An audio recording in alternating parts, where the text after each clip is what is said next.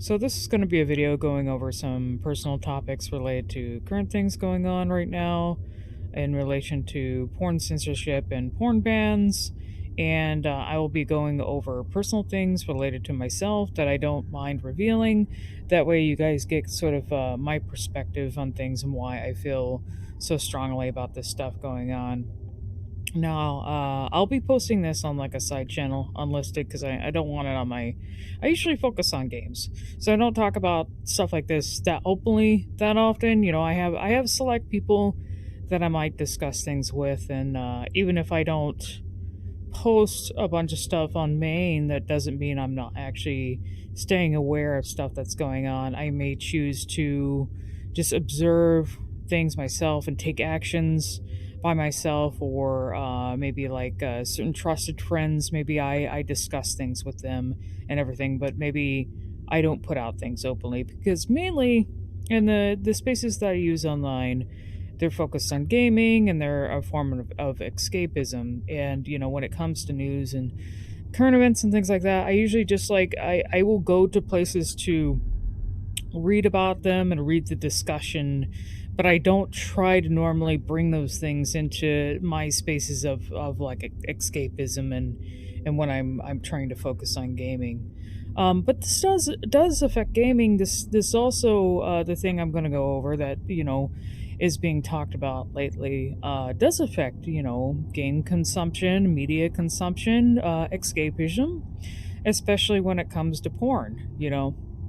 I'm a sex positive person, so I believe that people should have the freedom to consume the porn that they want. But the funny thing is that it isn't what I'm gonna go over isn't even about just the porn itself. It's sort of the end goal that I've been reading, which is nothing. It isn't something new, by the way. When it comes to targeting porn in order to target other people, which they think is related to porn and is not related to porn. But let me go over that. Let me just explain myself.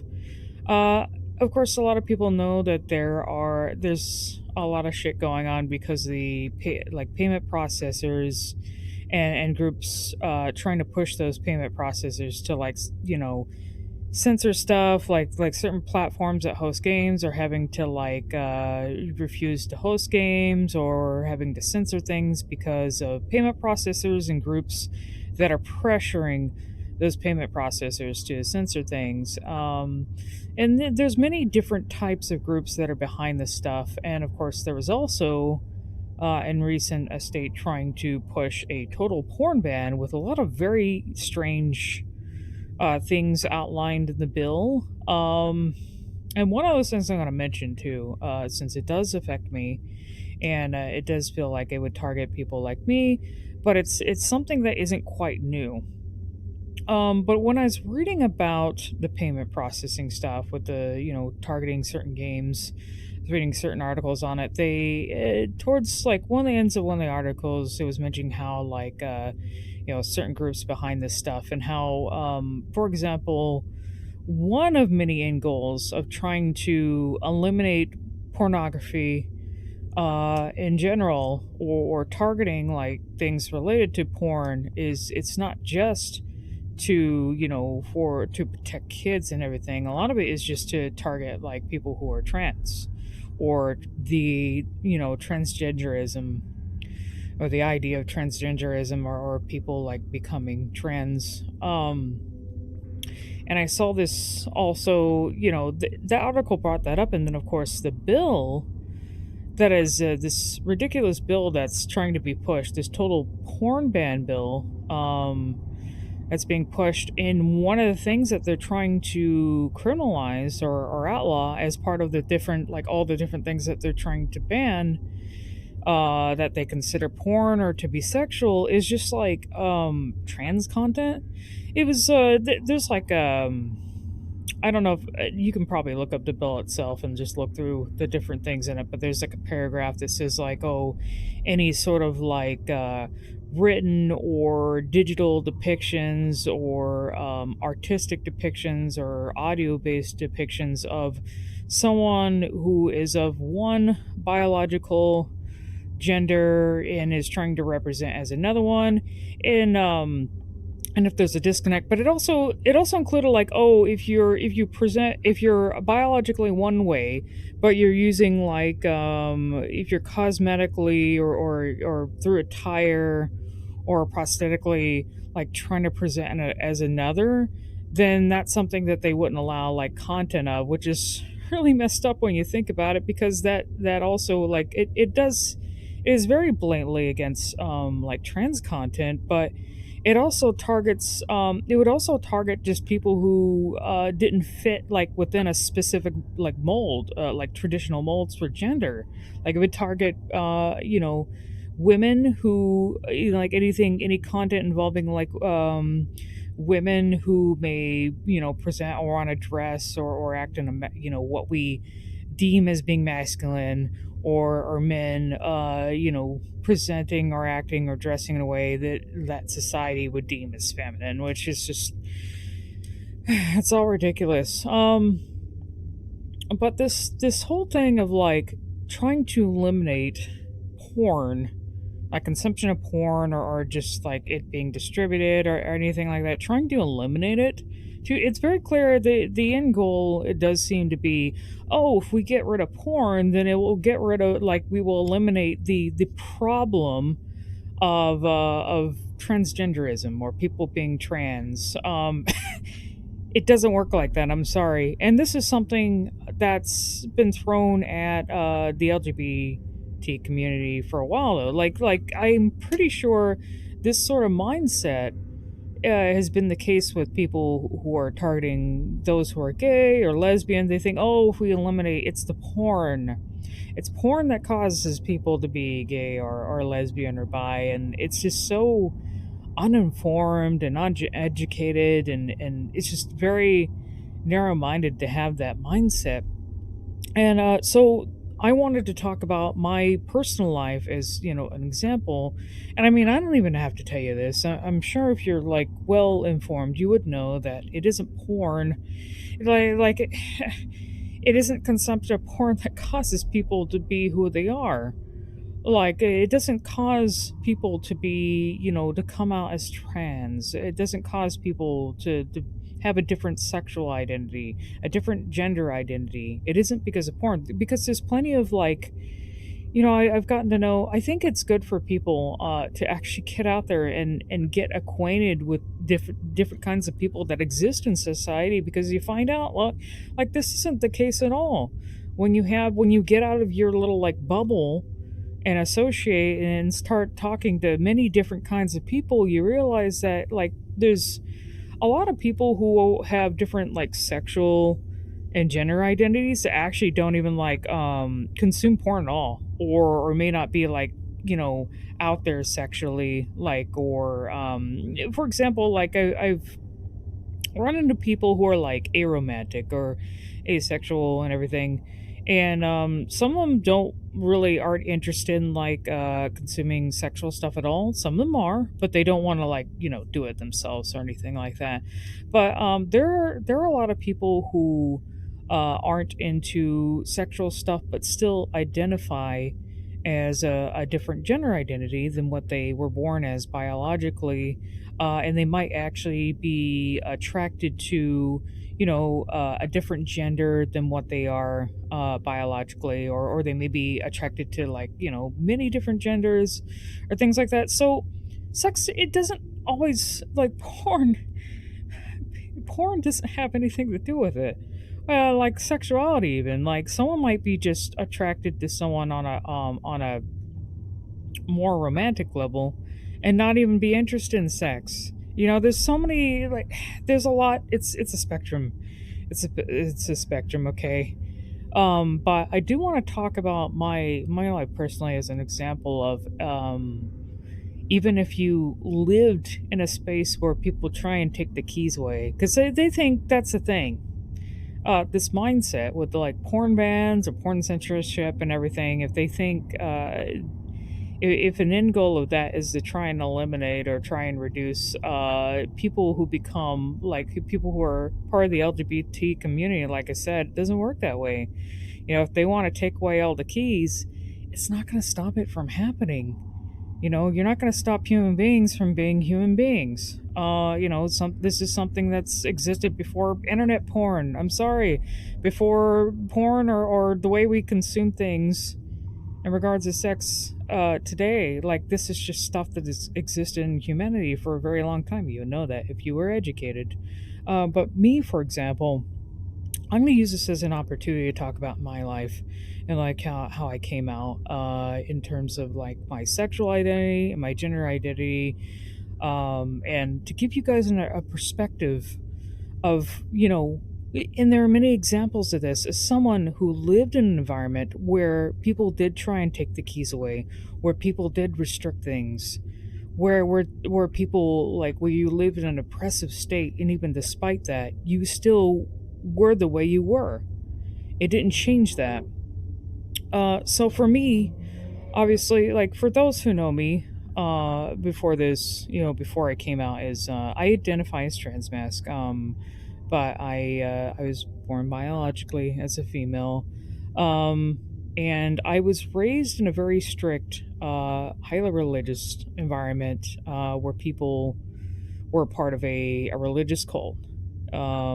It is a well-known one, and maybe not the most extreme one, but it's still considered a cult. They still engaged in cult-like things. There was a lot of abuse that happened. They tried to isolate people from families and friends that were not a part of it. They tried to cover a lot of abuses up. People used belief in the religion to, abuse like younger people, and just all kinds of stuff. Pretty much, it was very miserable to be a part of it. Unfortunately, like, just with a lot of cults, sometimes like really good people, like people who actually have a good heart and mean well, do get wrapped up in those like cults too. I forgot to mention it was a Christian based cult. So it was one based in Christianity, but it kind of had its own way of doing things. Still very cult like.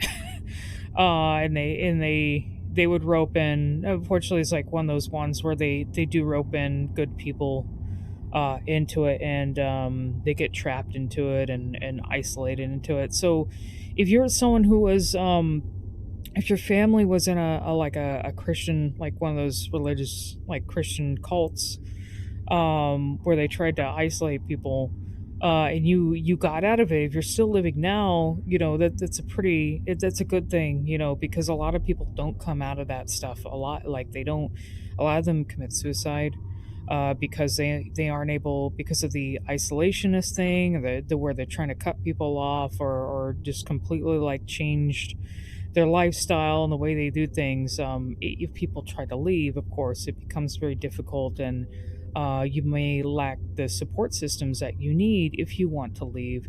So it does result in like people committing suicide, and of course, when there's like a lot of abuse, whether it be physical or psychological or sexual, even stuff that gets covered up, that also can result in people, taking their life, or coming out of it very psychologically damaged. So when people are still alive, when they come out of stuff, they can be, they're pretty lucky. But for me, I was raised in it, and like, I live with my stepmother and my dad, who are into the religion, and my mom, who used to be in it, she got excommunicated out, so she was separate, and that, because of that did make, I'd have to, as a child, when I wanted to go visit my mom and stuff with my siblings and stuff, there were a lot of conflicts, because some of it was based on religion and the fact that she was excommunicated from it, and just it was a very difficult life. And throughout that, living in that sort of like atmosphere, even despite that, like, I was born in like 86, so I was like young in the 80s and 90s when this stuff was going on, and on throughout the 2000s. I didn't really get out of it until I was 18, when I was able to, like, actually, I had to like move myself to finally escape from that stuff, from that atmosphere and everything, to finally get out of it. But sorry, I lost my train of that. um, while I was going through that, even at a very early age, and the reason I mentioned like the 80s and 90s, this was a time before the internet, okay? And there wasn't easy access to things like porn or anything like that. Even at an extremely early age, I recall having an attraction. Now keep in mind, I'm AFAB, so I was biologically born as female. Despite that, even when I was at a very early age, growing up in this very strict atmosphere via a religious cult and many other factors at play. Despite that, I had formed an attraction to I had an attraction to both women and men. Nothing influenced that. I did get a chance to kind of I would be able to watch some movies and TV shows and stuff as a little kid and everything like that. But, the stuff, as a kid, if you see stuff in relation to like gender or sexuality, it may not even like register that anything's going on. So I don't think it would have, like, that stuff wouldn't have influenced me. And because I lived in a very strict environment where I would have been monitored and not have much privacy at all, the feelings that I formed, like becoming bisexual at an extremely early age, like when I was like a toddler, even I think, remembering back, it wasn't really influenced by anything else. It was just I formed those feelings on my own. It's just that's how I was. I was like, oh, I like guys, but I also think really like women as well. Like it didn't seem like there was a problem. I was like, okay, I like what I like, and it wasn't even like sexual even. Like it was just like, wow, I really I get good feelings. Like before even when I was really young, when you're really young, you don't even have a good idea or understanding of like sexual things at all. So at the time, it'd be like, oh well, I really like men, or like I really like these male characters or female characters or actors and stuff I see. They make me feel really good inside when I was younger. And then, eventually as I grew up and I was able to sort of escape things, I was like, oh, yeah, I'm bisexual. Yeah, I've been bisexual at a very early age. That never went away despite the stuff that endured. Like even despite being in a strict environment, under like a cult like religion, and I did unfortunately have to endure a lot of abuse because of it. And but I that did not force me to change. I did, I was very stubborn about it. I did try and push back, but because I pushed back, that would make things worse for me. But I was like, this doesn't feel wrong. Why should I be punished? And of course, that even outside of the religious stuff, outside the family, when I wasn't at the house and I was going to school and things like that, I had to deal with some difficulties.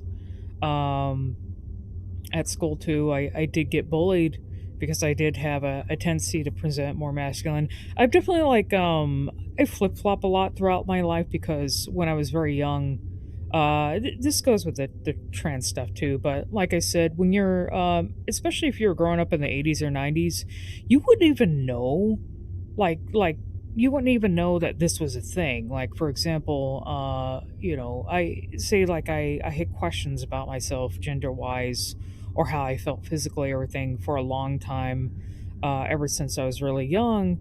And it was just like, I had to live like that, where it was just kind of like a confusing existence, where I felt like something was kind of off and wrong. I was like, was I supposed to be born like this way? And you kind of feel like that for a long time. And I will mention I'm not actually the only one in my family that ended up being that way. But yeah, as a younger person, even despite growing up in a strict religious environment, back in the 80s and 90s, despite the abuse, that's how I was. That's how I felt. I was bisexual, and I found out that I was actually like trans, that I was trans mask. And the things that I felt throughout my life, my whole life when I was younger, it was like I didn't have anything like a label or a term for it or anything. But later on, I was like, oh, it was actually this. I wanted to mention though that once I was able to escape from that environment, I had to like actually move out on my own when I hit 18. And like the way I did it too is I had to do it. I was seeing a friend at the time. I was kind of going over to their house more, a school friend, and I had them over one time at the house, and my parents treated them very poorly. The friend, of course, was not someone who was a part of the religion that I was in. They called them like worldly people if you were outside of the religion, not part of the cult.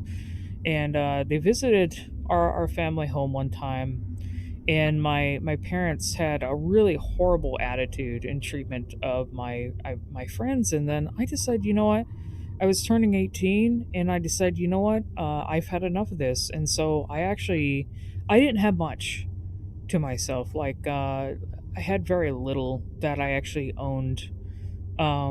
So I decided to, right then and there, I was like, you know what, I had enough. I'm almost 18. I can't stand this anymore. I don't care if I have to like hop couch to couch, or struggle to live. I need to be out of this environment. It is not good for me. It wasn't good for me throughout my whole life. Because unfortunately, enduring all of that, like, when I was trying to be who I was, but living in an environment that was constantly trying to take the keys away from you, constantly trying to tell you who to be and how to live. It was very oppressive to the point where it did result in me having to go to things like rehab. When I was a teenager, I had suicidal behavior. I ended up harming myself. At one point, I had to be on like some sort of anxiety meds. I think they banned. It's definitely bad now, but yeah, I had to. I eventually just like left the house. It's a kind of funny too, because with the rehab stuff, they did have me see like a psychologist or something afterwards. Like I only lasted when I went to rehab, it only lasted for like 2 weeks or something, because they found out like I got put in rehab for like suicidal behavior, and so they put me on some meds for a little while. But eventually they actually found out that, oh, I was this way because of my environment. Like I was being abused. The person, the therapist I was seeing were like, oh, well, there's nothing wrong with you. It's just you're living in an environment that is abusive. That's why you're like this, and you don't have a way to escape. You don't have an outlet or anything, so you're just stuck. Like, you start harming yourself. They found that out, and so I mean that's why I wasn't even in rehab for that long, and I eventually got off the meds too, because it wasn't helping. the best the best solution for that was, for someone like me, was to leave the environment entirely, and I made that choice by myself, even despite the risks, even despite the fact that I would have no support. Like even if I ended up moving in with a friend for a while, but that their family life, grass isn't always greener on the other side. So even their family life was difficult. They had a lot of issues of their own. So I was pretty much left on my own in terms of support and trying to like survive by myself. So I that was the risk that I took to escape that kind of environment. But actually, after I left and finally got settled in a place on my own, like my first studio apartment and everything, back in like the early 2000s, when I had my own job and everything like that, I finally like got in contact with my family. And the funny thing is like me, like, because I was way far away from them. Like I moved to a different state, and I was just like, thankfully I had a lot of distance away. But I still wanted to like talk to my family and stuff, even despite all the stuff that I endured. I was that kind of person. I was like, I still wanted to connect people, even despite the way that they treated me, despite what had to endure and escape from.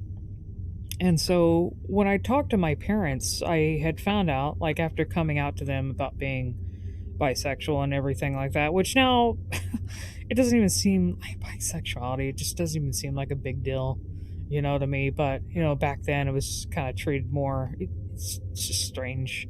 But, anyways, when I came out to them over the phone, and I think because of me, like, coming out to them, I actually eventually found out that my dad,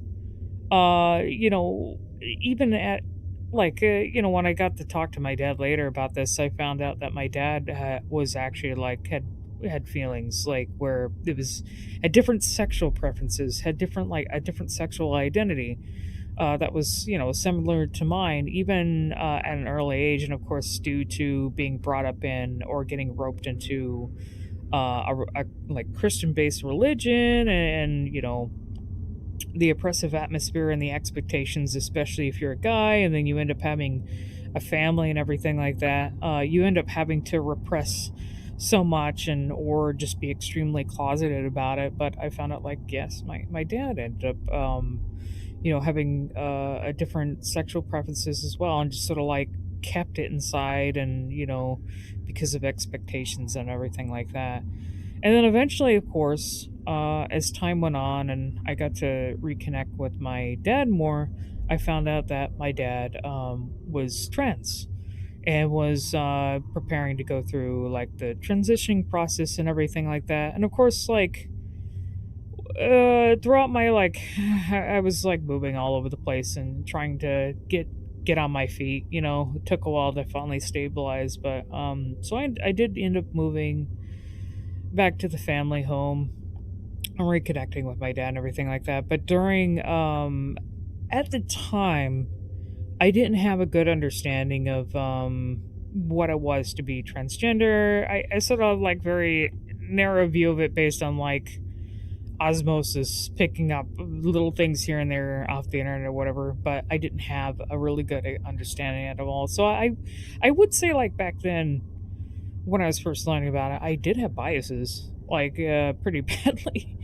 And it's funny too, though, because despite me not being well educated and having like weird feelings about it first and not completely understanding it, despite that, I still had those questions about myself.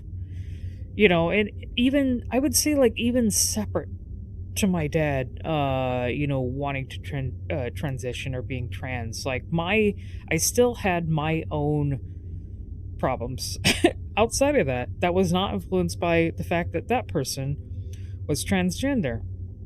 But I think eventually I learned a lot of things. I think when you're actually living with someone that's going through it, or when you end up having friends that are going through the process, you learn a lot, and you learn to become more understanding to the struggles and everything. But it's a bumpy road. It's not perfect at all. There will be a lot of conflicts. But I didn't actually, despite the feelings that I had, I didn't actually come out as being transmasc until like way later, until like way sometime after my dad, who became like a transition to a woman, um ended up passing, like due to COVID though. COVID was pretty devastating to me. I won't go into that, but that's been a bit really badly. I think that's been still affecting me in my life. It was very devastating, and like the way I'm living now is just due. So many changes in my life now are due to the fact that COVID like just sort of blew apart everything, taking out a parent. But it's just an example, though. The reason I'm telling you guys all of this is because despite all the shit that I had to deal with, and a lot of it being due to a religious cult that severely affected many members of my family, eventually I believe all of them are out of it now, thankfully. Like none of them, I mean, of course, like how do you endure that for so long if you're not like a hardcore extremist about it? All of them are out of it and trying to live their own lives and trying to get past things despite like the trauma endured from it, and trying to heal and everything like that. But it's an example of, even if you tried to put people in an environment where you take all the keys away, you try and restrict things, you try and oppress them and tell them, no, you can't do these things. Even if you try to take everything away from them, you're not going to change them. You're not going to stop people from having a different sexual identity. You're not going to stop people from having a different gender identity. It's just going to happen. And it has nothing to do with consumption of porn or anything like that. It's just human beings being human beings and trying to figure themselves out. And just, yeah, it's just kind of surreal and very unfortunate that a lot of this stuff is happening. Like, it just feels like we move kind of forward when it comes to things involving people, and then we take many steps back. So, I don't think this solves any problems. I don't think trying to completely eliminate porn is going to solve any problems. It's going to create more. It's going to create so many more problems and make it difficult for many people. And like I said, I'm a sex positive person. I do believe in like responsible consumption and creation of not safe for work stuff or porn content and everything. I do think it's a good like in moderation. When consumption of porn and everything. I think it's healthy. It's also something I made a post about this, but I'm actually just to clarify, because some people, if you say, I think there's like this mindset where you say if you are positive, like if you're sex positive or like you're pro porn or anything, people get the wrong idea and think that you're a degenerate, a complete degenerate, and that you don't fuck at home or anything like that, or especially if you are defensive of like degenerate content or porn content or not safe for content being generated online. Yeah, there's a mindset. I think people think that because you are defensive of this kind of stuff like consumption that you must be a total like degenerate and you don't like have a good relationship and you're not like healthy in your relationships and or you're single or just something like that where you just, I don't know, where you just don't have like a healthy life or anything. I made a post about this, but I'm someone who's having a relationship, a really healthy balanced relationship with my significant other for like 17 years, and I'm almost 40 years old too. It's been a really good relationship, lots of communication, trust, and everything like that. We're someone, we also still have like an active. It slows down. I'll admit things can slow down when you do get older. And sometimes you can kind of burn out when you do it too much when you're young. The reason I mention this though is that you can still consume porn and be in a healthy relationship with a significant other over a long period of time, and still also have still actually have sex with them as well. But in my relationship, I also respect giving my partner space to enjoy things on his own, which may include like if he wants to consuming porn or everything like that. We don't need to be on top of each other 24/7 when it comes to sex. Sometimes, I consider consumption of porn and sex to be sort of like a leisure thing. So sometimes you just want to like, knock yourself out or get off or whatever without actually like going through the hassle of doing it with somebody. When you get older, that can be the case too. Sometimes you just don't want to like you also just sometimes you don't want to burn your partner. You're like, libidos are like this and that. And sometimes you just want to quickly get off, or maybe like for health reasons, you need to knock yourself out or put yourself to sleep or whatever. There's so many reasons why someone may, end up consuming porn on the side or something like that. There's many things to it, and I don't think, as long as you're responsible about it, I don't think it's a bad thing. But yeah, this other stuff though, the thing that I'm taking more seriously is the fact that they are using like the porn censorship and the ban stuff, which some people are like, when the porn censorship stuff with the payment processors was happening, some people were like, oh well, they might start coming after LGBT content, and like because it wasn't like immediately apparent. Now that people are like, oh no, they're not going to do that. Yeah, but when this outline in the porn ban, this total like porn ban bill that the one state's trying to push, they just obviously it's like it's outlined right there. It's very obvious what they're using the elimination of the porn to go after. Like they're just wearing it on the sleeve. They're open about it, you know. They're not hiding it anymore. So, but like I said, the reason I wanted to talk about, like, you know, my personal life, my perspective on it. Like I said, like, even if you take the keys away, even if you try to take everything away from people because you think this thing causes people to be a certain way, it's not going to stop it. I'm sorry, it's not how it works. Well, hopefully this helps someone. I don't know. Maybe this will help someone understand things, but I also just wanted to get this off my chest because I do feel that it's important, and there's a lot of stuff going on right now. And like I said, I don't usually air this stuff out on main, but keep in mind I do care, and I am concerned, especially about the people around me. I care about my friends and everything like that.